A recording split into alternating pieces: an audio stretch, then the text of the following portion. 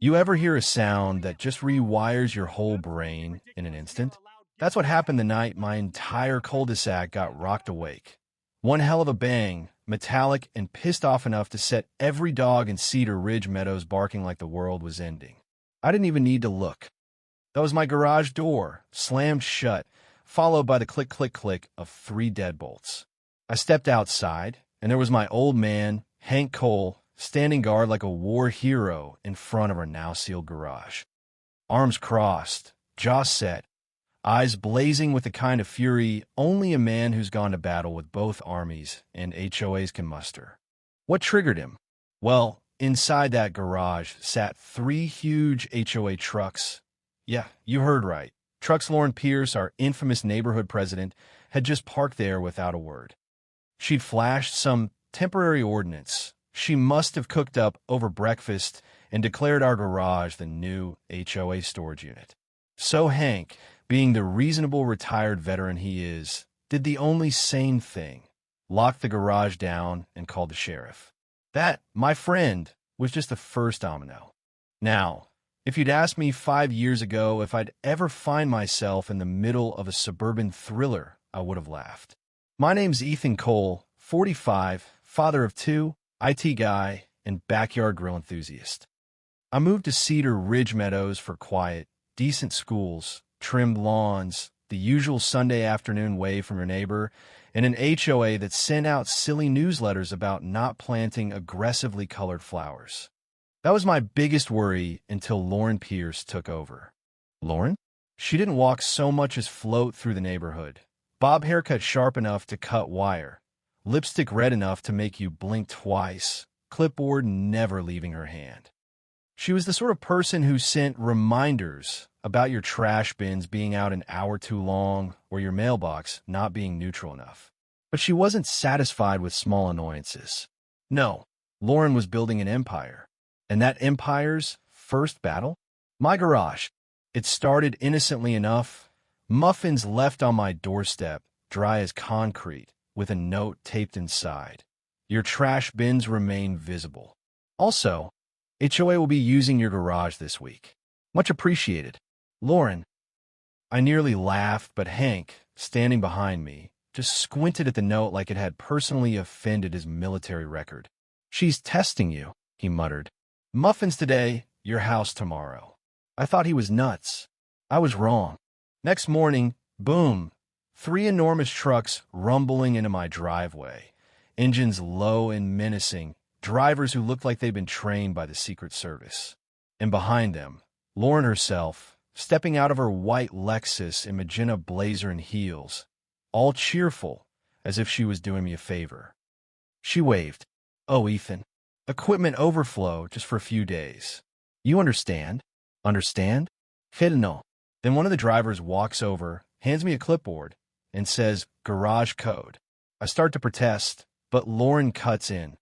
It's approved. Temporary Ordinance 47B. That's when Hank appeared like some avenging spirit. Approved by who? He barked.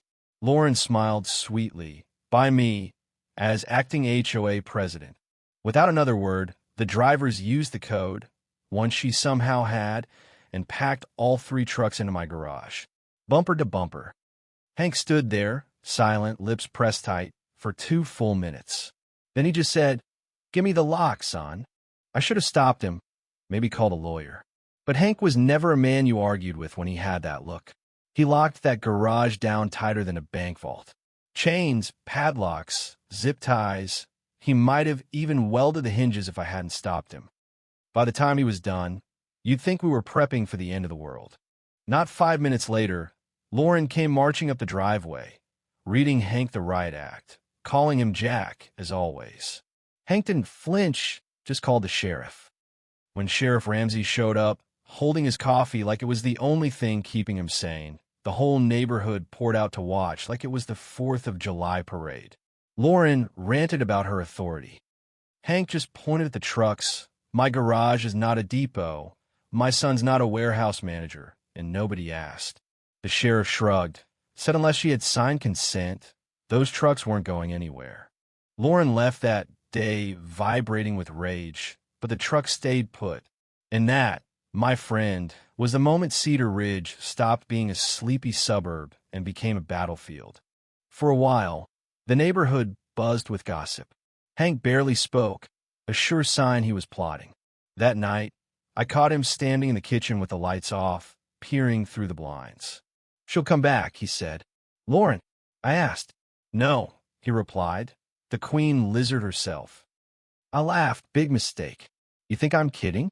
People like her don't accept defeat. They regroup, they retaliate." And right on cue, around midnight, I heard it, a faint metallic clink outside. I nudged Hank awake. He didn't reach for a weapon. Nope. He grabbed the remote for his motion-triggered sprinkler system. We crept to the window, and there she was, Lauren, in all her glory, dressed in black leggings, hoodie, and latex gloves, crouched by the garage with bolt cutters nearly as big as she was. Hank whispered, "Activate countermeasures." I pressed the button. A geyser of water blasted Lauren in the face, sending her sprawling on the driveway. She scrambled up, soaking wet, and bolted. By sunrise, the whole thing was viral on the community Facebook group, Operation Karen Washington. Someone even printed Team Hank t-shirts. But as the laughter died down, I realized something was off about those trucks. Why 3? Why unmarked? Why did the drivers look like they'd rather eat glass than make small talk? Curiosity finally got the better of me. Dad and I snuck into the garage and cracked open the back of the middle truck. What we found wasn't equipment. It was a full-on surveillance command center. Monitors, cameras disguised as rocks, files with neighbors' names. My name? 2, labeled priority category. Notes, photos, schedules. Stuff no HOA had any business having. Hank read over my shoulder. "They've classified you as a threat." I felt sick. "This isn't management, son," he said. "This is leverage." We documented everything, transferred photos to my laptop, planned our next move. "We need proof," Hank insisted. "Undeniable, irrefutable, and public." The emergency HOA meeting the next evening was standing room only. Hank and I took front row seats. He even reserved them with sticky notes, reserved presenting evidence. When Lauren swept in, navy suit, papers thick enough to stun a cow, she tried to call us out for detaining HOA property. But Hank wasn't having it. He stood up and waved the actual minutes from the 2012 vote, proof that her beloved ordinance never passed. Lauren blanched. I stood up, heart pounding, and asked, "Why fill 3 trucks with surveillance equipment?" Dead silence. Then I started showing the photos, hidden cameras, audio gear, files on everyone. The crowd lost it. Someone shouted, "She knew about my dog barking at 3 a.m. How?" Lauren tried to talk her way out, but just then, Julia, her ex-assistant, stood up with a flash drive. She wasn't just spying. She was selling our info. Lauren's face drained of color. Sheriff Ramsey stood up, and Lauren ran. Right out the back door through the parking lot, gone.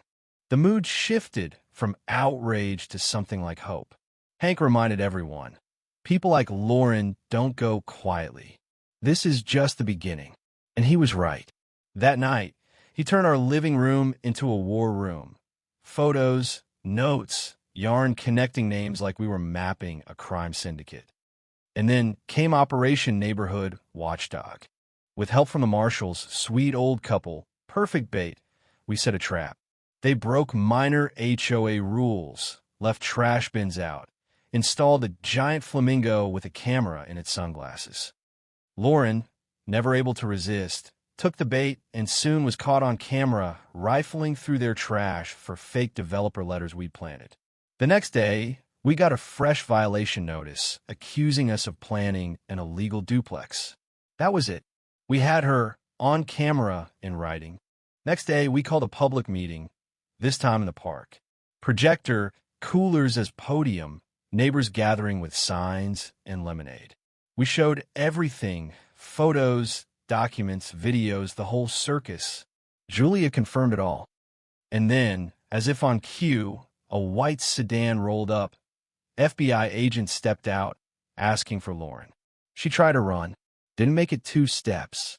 They guided her to the car. As they drove away, the crowd erupted in applause. But the story didn't end there. Next morning, someone posted anonymously in the neighborhood group. Reminder, decorative items must conform to uniform standards. Hank pointed to the screen. She's not done. Drones started showing up, spying, watching. So Hank built a spring-loaded net launcher inside a lawn gnome. We caught the drone, found all her files, even a plan labeled coal contingency. Hank, never one for subtlety, boxed up every violation Lauren had ever drafted, tied it with a ribbon, and dropped it on her porch. 2 days later, she vanished. No moving truck, no goodbye, gone just like that.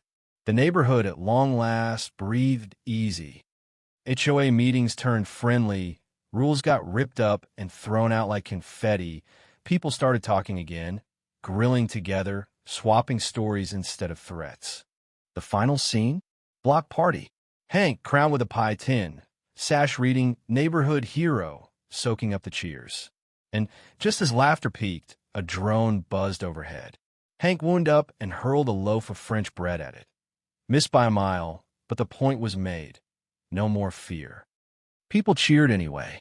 You know what stuck with me most? Not the battles, not even the wins, but that lesson Hank gave me as we cleaned up the garage one last time. Son, he said, it's not fear that keeps a neighborhood in line. It's people looking out for each other. He was right. Rules and clipboards don't build trust. People do. If you've ever felt powerless in your own neighborhood, remember, you're never alone when you stand together. So what about you? Ever fought back against an HOA gone wild? Where's the line between order and control? Tell me in the comments. Let's see whose story tops this one.